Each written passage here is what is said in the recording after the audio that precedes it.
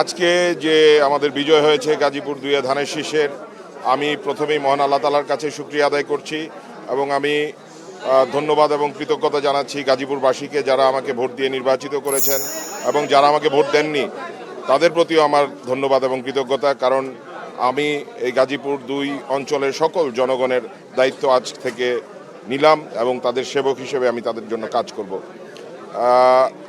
আমি স্মরণ করছি আমার মরহুম পিতাকে, যিনি এই আসন থেকেই 1991 সালে বাংলাদেশের সর্বোচ্চ ভোট পেয়ে নির্বাচিত হয়েছিলেন।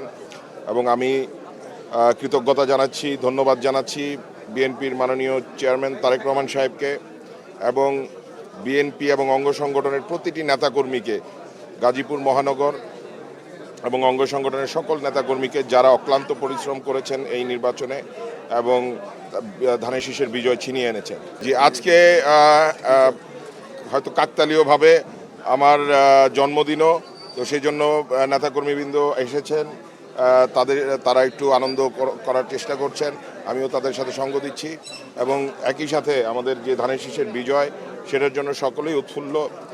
আর আমাদের নেতা তারেক রহমান সাহেব ঘোষণা দিয়েছেন যে আমরা 12 তারিখে বিজয় অর্জন করলে ইনশাল্লাহ 13 তারিখ থেকে আমরা কাজে নেমে পড়ব। তো সুতরাং গাজীপুরবাসীর জন্য যা যা আমরা কাজ করব অঙ্গীকার করেছি, সেই কাজ সেই লক্ষ্যে আমরা আগামীকাল থেকে ইনশাল্লাহ আমি কাজে লেগে পড়ব। যেমন জনগণের কাছে অঙ্গীকার করেছিলাম যে এখানে যানজট সমস্যা এবং আমাদের যে বড় একটা সমস্যা মাদক সমস্যা, মাদক চুরি ছিনতাই থেকে শুরু করে স্ট্রিট ক্রাইম যেগুলো আছে সেগুলোকে নিয়ন্ত্রণে আনা এবং সবচেয়ে বড় জিনিস যেটা কারাপশনটাকে কন্ট্রোলে আনা। কারণ আমাদের এখানে স্বাস্থ্যসেবা থেকে শুরু করে সকল কিছু মানুষ যেটা প্রত্যাশা করছে সেটা পাচ্ছে না।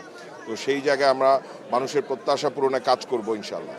অবশ্যই প্ল্যান আছে। আমি যেমন বলেছিলাম যে এখানে আমি নির্বাচিত হতে পারলে আমি ইনশাল্লাহ এলিভেটেড এক্সপ্রেসওয়ে এবং মেট্রো রেল সম্প্রসারণের জন্য আমি কাজ করব এবং যে বিআরটি প্রকল্পটা, যেটা গাজীপুরবাসীর জন্য একটা গলার কাটা, সেটা কিভাবে বাতিল করে নতুনভাবে চিন্তা করা যায় সেটা নিয়ে কাজ করব।